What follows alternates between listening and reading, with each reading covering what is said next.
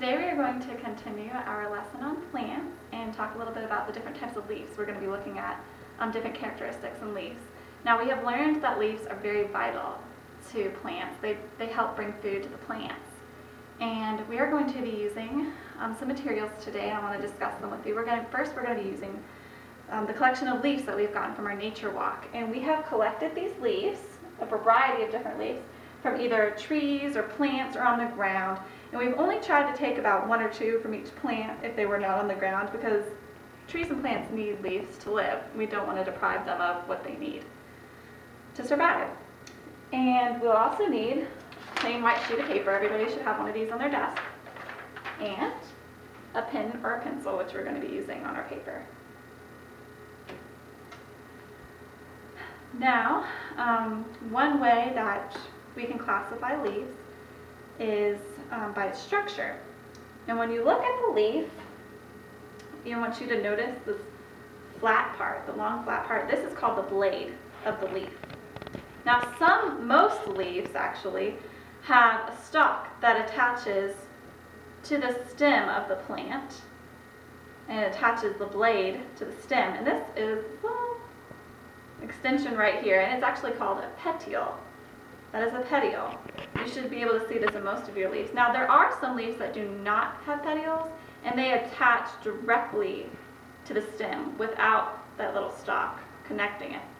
Now most of your leaves probably have petioles, but if you have any leaves that don't have petioles, I would like you to put them in a separate pile on your desk to separate them, and that is one way that you can classify or group leaves according to their structure. Now we are going to look at a different way to classify leaves or group them, and this is by what is called the vein patterns in a leaf. The vein patterns are all those little lines you see on a leaf, and you're not really sure what they are. They're much like the veins in our body, and they transport materials that the plant needs. It actually takes the food from the leaf to the plants.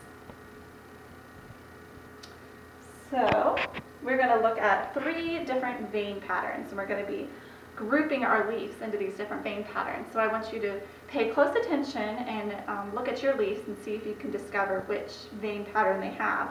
The first vein pattern that we're going to talk about is called the pinnate vein pattern. This one has one long vein running down the middle, all the way down the middle, and then smaller ones that kind of branch off on the side. It kind of looks like a feather, or maybe like a quill pin. A way to remember this would be like a feather pin, pinnate. That would be the pinnate vein pattern. If you have leaves that are the pinnate vein pattern with a long vein running down the middle and the smaller ones branching off on the sides to make it look like a feather, I would like you to group these. And before we go any further, I want you to take your paper and draw 3 columns, just kind of roughly. Divide your paper into 3 columns, and I want you to write pinnate on the first column, and this is where you're going to be putting these leaves.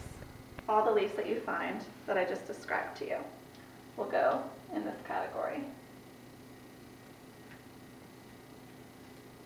Now, the next type of leaf we're going to talk about is the palmate vein pattern. The way you can remember this is because it's kind of like a hand. It usually has about 5 veins that look like fingers stretching out. Sometimes they can have more or less, but they usually are like in this pattern that looks like it's a hand. And they stretch out, and they all have little tiny veins that go on all different directions from this. This is called the palmate vein pattern. This is an ivy from an ivy plant. So another leaf that has a palmate is a maple. So if you have any leaves that are palmate, I want you to put these into a group on the second column on your paper, and you will label this palmate, P-A-L-M-A-T-E.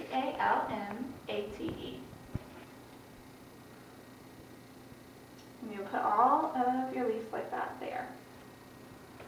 The last vein pattern that we're going to talk about is probably not as common, but it's seen in a lot of grasses, and so that's why I brought, from a plant, I brought a really long grassy plant type thing. And it's called the parallel leaf pattern. Now the parallel leaf pattern is just, the veins are just running from, top to bottom, side by side, parallel, which means they just go on forever and ever beside each other and they never intersect.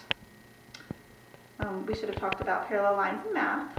So that is what a parallel vein pattern is. You might not have any of these, but if you did collect any plants that kind of looked like this, like grasses or something, that would probably be in the parallel vein pattern. And if you need help with that, just raise your hand and I'll come over and help you. And these would be placed in the last column, and you would write parallel on this column, and those would be placed in that column. Of course, this one's kind of big, so it's going to go over the paper, but that's okay. Now I'll be walking around the room to check to make sure that everyone put their leaves in the right category. I want to make sure that you actually have the pinnate and the palmate and the parallel down before we go further.